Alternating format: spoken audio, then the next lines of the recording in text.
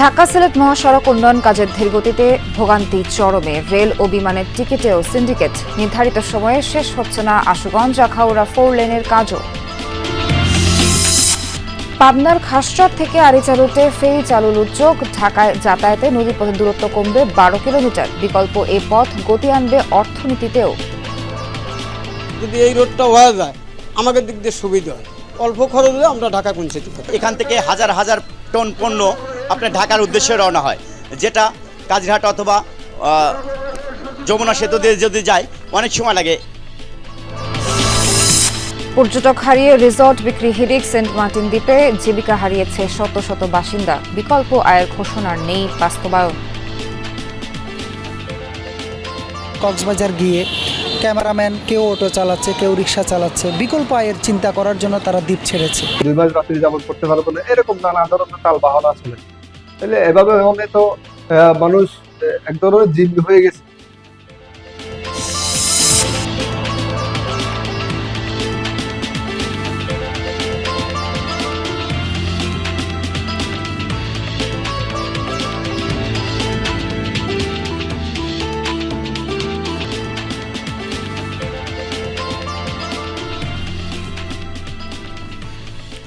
আমন্ত্রণ সংবাদ সারাদেশ। এতক্ষণ শিরোনাম দেখছিলেন, পুরো খবর জানাবো নাবিলা সোহার।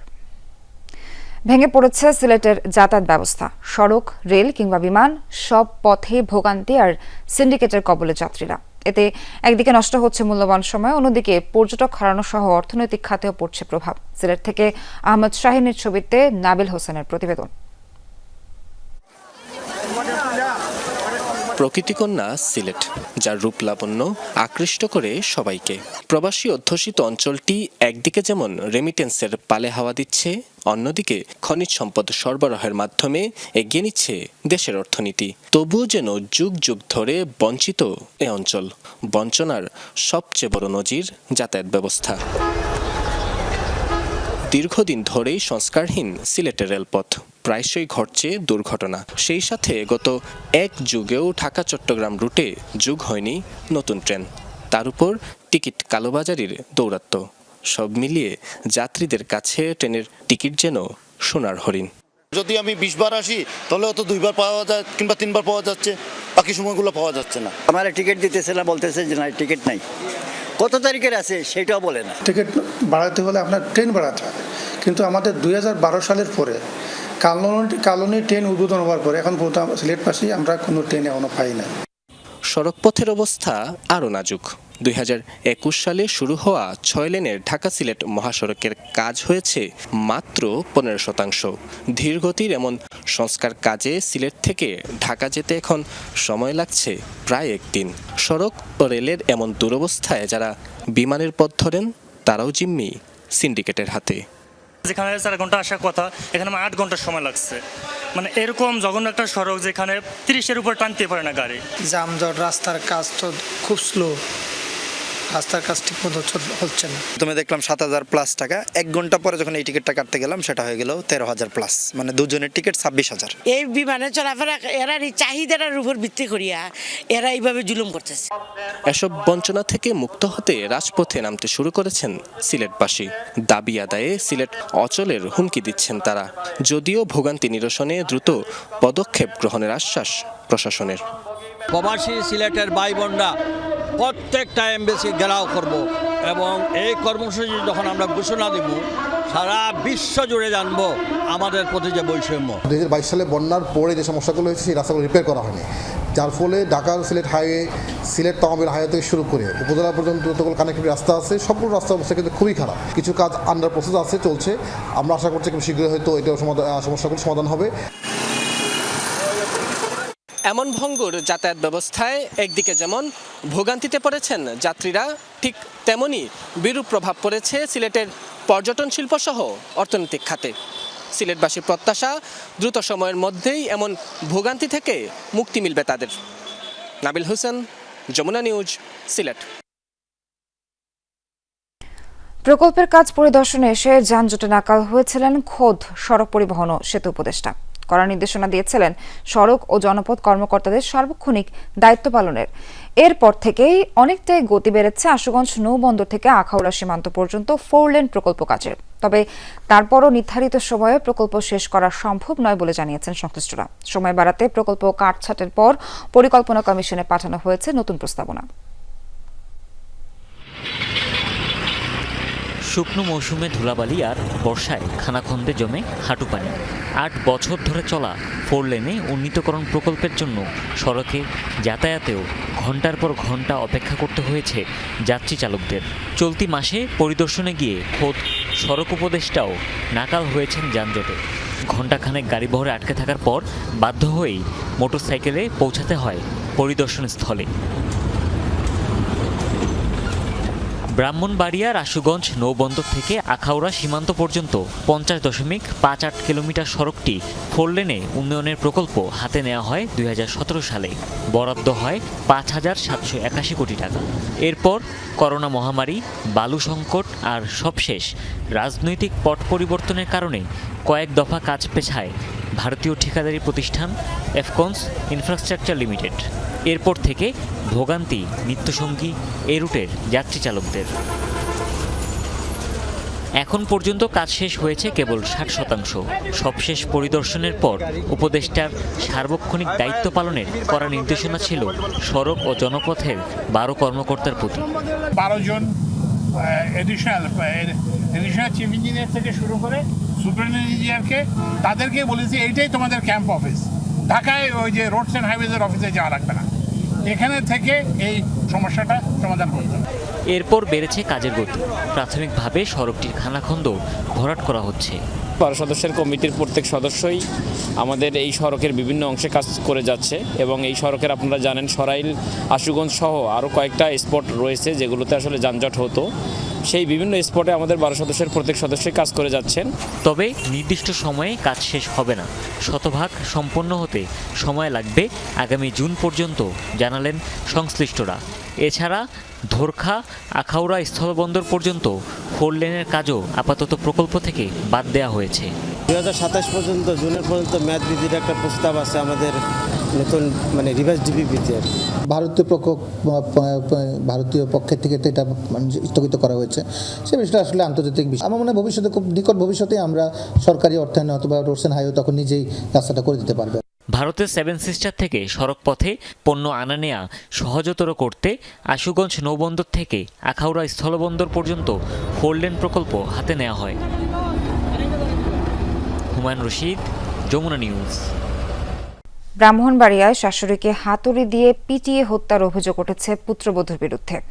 রোববার সন্ধ্যায় বাঞ্ছারামপুর উপজেলার আসাদনগর মধ্যপাড়া গ্রামে এ ঘটনা ঘটে। পুলিশ ও স্থানীয়রা জানায় পারুল আক্তার ও আব্দুল ওয়াহিদ মিয়া দম্পতির একমাত্র ছেলে বিল্লাল প্রবাসে থাকেন। 3 সন্তান নিয়ে শ্বশুর শাশুড়ির সাথেই থাকতেন পুত্রবধূ লিলি আক্তার।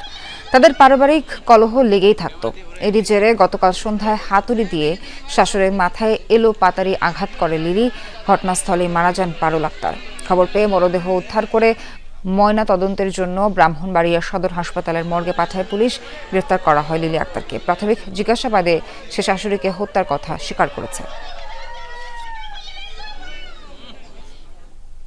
পাবনার বেড়া উপজেলার খাসচর থেকে আরিচা রুটে ফেরি চলাচলের উদ্যোগে আশায় বুক বেঁধেছেন স্থানীয়রা।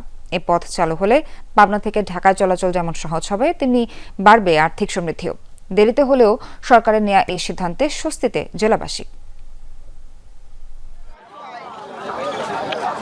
পাবনা শহর থেকে বাস কিংবা অন্য বাহনে প্রথমে কাজিরহাট, এরপর 16 কিলোমিটার নৌপথে আরিচা, প্রায় 72 কিলোমিটারের যাত্রা। আরিচা থেকে রাজধানীতে আসতে আরও 77 কিলোমিটার। পাবনা থেকে দীর্ঘ পথ পাড়ি দিয়ে কাঁচামাল সহ অন্যান্য সব পণ্য পৌঁছে ঢাকায় যাতায়াত করেন যাত্রীরা।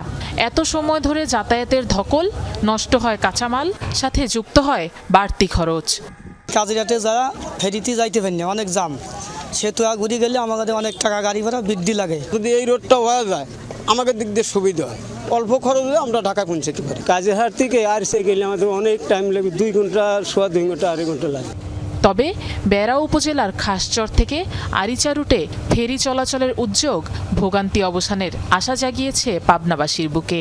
ঢালার চরের নারাদহ থেকে খাসচর পর্যন্ত লিংক রোড তৈরি হলে নদীপথের দূরত্ব কমবে 12 কিলোমিটার, মানে মাত্র 4 কিলোমিটার পাড়ি দিলেই পৌঁছানো যাবে আরিচায়। এতে শুধু যাতায়াতের সুবিধাই নয়, ঘুরবে অর্থনীতির চাকাও, বলছেন স্থানীয়রা। এই ফেরিঘাটটা এখানে নির্মাণ করা হয়, তো আসলে আমাদের প্রায় 20 মিনিটের মতন সময় লাগবে, তো আমাদের আসলে সময় বাঁচবে, তো আমরা একদিনে ঢাকা গিয়ে আবার ঢাকা থেকে ব্যাক করে চলে আসবো। এখান থেকে হাজার হাজার টন পণ্য আপনার ঢাকার উদ্দেশ্যে রওনা হয়, যেটা কাজিরহাট অথবা যমুনা সেতু দিয়ে যদি যায় অনেক সময় লাগে। সম্প্রতি জনপ্রশাসন মন্ত্রণালয়ের প্রতিনিধি দল নারাদহ থেকে খাসচর লিংক রোড তৈরির সম্ভাব্যতা যাচাই করেন। চর এলাকাটা আসলে কতটুকু নেভিগেবল, কতটুকু আপনার এই রেস করতে হবে, এই বিষয়গুলি এখন এই পর্যায়ে আমরা দেখব। দেখে যদি সন্তোষজনক হয় প্ল্যানিং কমিশনে পাঠাবো, প্ল্যানিং কমিশনে অ্যাপ্রুভাল দিলে এটা একটা গেছে। 9 বছর আগে খাসচর থেকে আরিচা রুটে ফেরি চলাচলের জন্য কাজিরহাট থেকে 12 কিলোমিটার দৈর্ঘ্যের সড়ক নির্মাণ করা হয়, কিন্তু সে সময় বেশ কিছু জটিলতায় আর আলোর মুখ দেখেনি এই রুটে ফেরি চলাচল। আফরোজা লামিয়া, যমুনা নিউজ। জামালপুরে তীব্র হয়েছে যমুনা নদী ভাঙন। গেল 2 সপ্তাহে ইসলামপুরের মনিয়াচরের বসতভিটে সহ কয়েক একর ফসলি জমি চলে গেছে নদীগর্ভে। এ বিষয়ে আলো জানাতে ভাঙন কবলিত এলাকা থেকে যুক্ত হচ্ছেন সহকর্মী সাগর ফারাজি। সাগর, ভাঙন রোধে প্রশাসন কি কোনো পদক্ষেপ নিচ্ছে কিনা সে বিষয়ে কি জানতে পারলেন জানাবেন।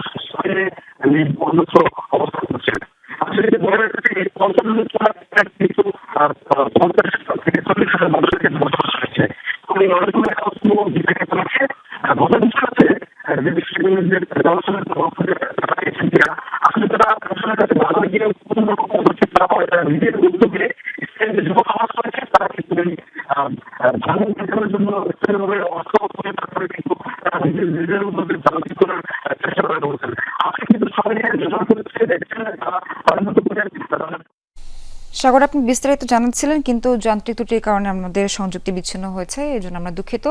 দর্শক, কিছুক্ষণ আগে জামালপুরে ভাঙন কবলিত এলাকা থেকে আমাদের সহকর্মী সাগর ফরাজি যুক্ত হয়েছিলেন। আমরা আবারও সাগরের সঙ্গে কথা বলতে চাই। সাগর, ভাঙন রোধে প্রশাসন কি কোনো পদক্ষেপ নিচ্ছে কিনা এ বিষয়ে আপনি কি জানতে পারলেন? দেখুন স্যার, প্রথমে বলতে চাই এটি জামালপুরের যমুনা নদীর যে বুকে জেগে ওঠে 50 বছরের একটি চর। এই চরে গত 3 সপ্তাহ যাবৎ কিন্তু খুবই তীব্র ভাঙন দেখা দিয়েছে। সে কারণে আজকে মানুষ জড়ো হয়ে এই অর্থাৎ প্রশাসনের যে বিষয়টি বললেন তারা না পেয়ে স্থানীয় যুবকরা একত্র হয়ে তারা একটি সংগঠনের মাধ্যমে আসলে নদী ভাঙন রোধে তারা নিজেরা অর্থ যোগান দিয়ে তারা তারপরে ডাম্পিং করার জন্য একটি উদ্যোগ নিয়েছেন। পাশাপাশি মানুষজন এই নদী ভাঙন রোধের দাবিতে কিন্তু এখানে এসে অবস্থান নিয়েছেন, তারা তাদের দাবি জানাচ্ছেন। আমি যে এখানে প্রায় 3 কিলোমিটারের বেশি এলাকা কিন্তু এই ভাঙন দেখা দিয়েছে, অর্থাৎ এখন কিন্তু সময় না নদী ভাঙনের, তবুও কিন্তু নদী ভাঙন দেখা দিয়েছে, অর্থাৎ প্রাণী যে হ্রাস পাচ্ছে তার সাথে সাথে কিন্তু পাড়গুলো ভেঙে যায়। আমি এখন যে স্থানটিতে দাঁড়িয়ে রয়েছি এটি একটি বাড়ি ছিল, এই সপ্তাহখানেক আগে এই বাড়িটি ভেঙে যায়। তো সেই কিন্তু খুব বিপাকে রয়েছে, কিন্তু প্রশাসনের কোনো সহায়তা তারা পাচ্ছে না। বারবার কিন্তু পানি উন্নয়ন বোর্ডের কাছে গিয়েও তারা কোনো সহায়তা পায়নি। সে জায়গা থেকে তারা দাবি জানিয়েছে দ্রুত সময়ের মধ্যে যদি এই নদী যদি ভাঙন রোধ না করা হয় বা ডাম্পিং করা না হয় তাহলে কিন্তু পরবর্তী তারা বিপাকে পড়ে যাবেন। তো এই ছিল আমার কাছে সোহার। সাগর, আপনাকে ধন্যবাদ। উপার্জন বন্ধ, তাই সেন্ট মার্টিনে রিসর্ট বিক্রি করে দিচ্ছেন অনেকে। পর্যটক আগমন সীমিত করার প্রভাব পড়েছে দ্বীপটির মানুষের জীবন জীবিকায়।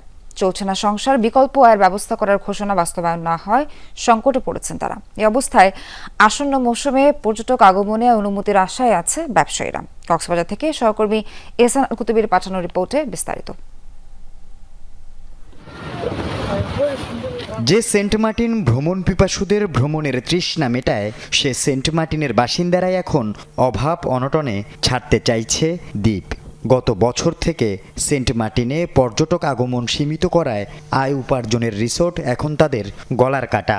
তাই তো অর্থ কষ্টে রিসোর্টের পাশাপাশি শেষ সম্বল ভিটেমাটিও বিক্রি করে দিচ্ছেন এই দ্বীপের বাসিন্দারা।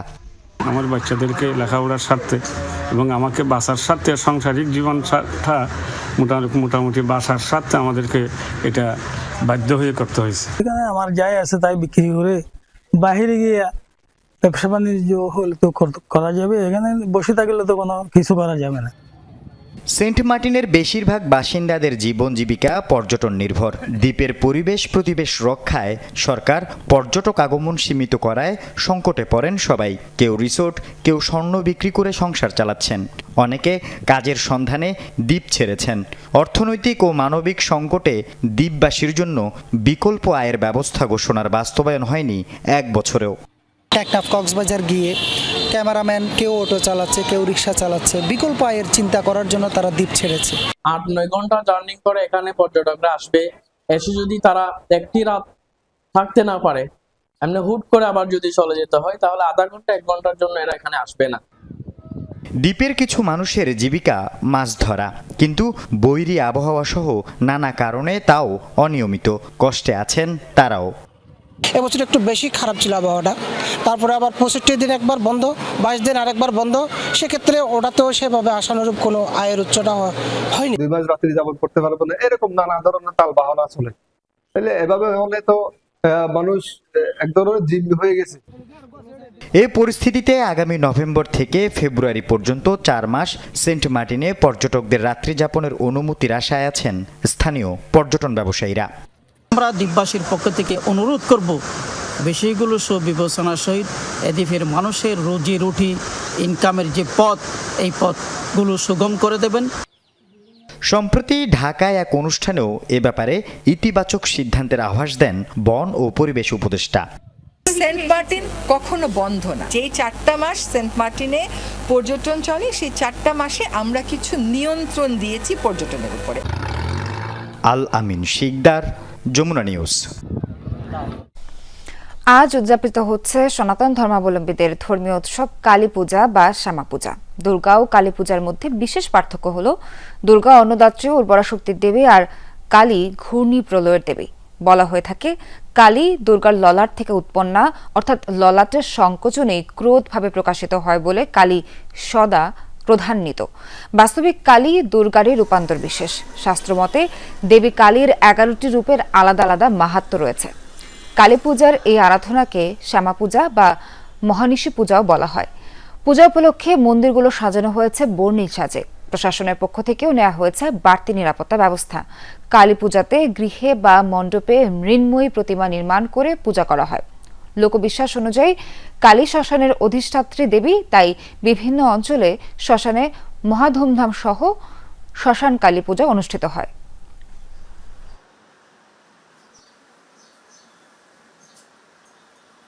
দর্শক, এখানেই শেষ করছি সংবাদ সারা দেশের আয়োজন। সঙ্গে থাকার জন্য ধন্যবাদ সবাইকে।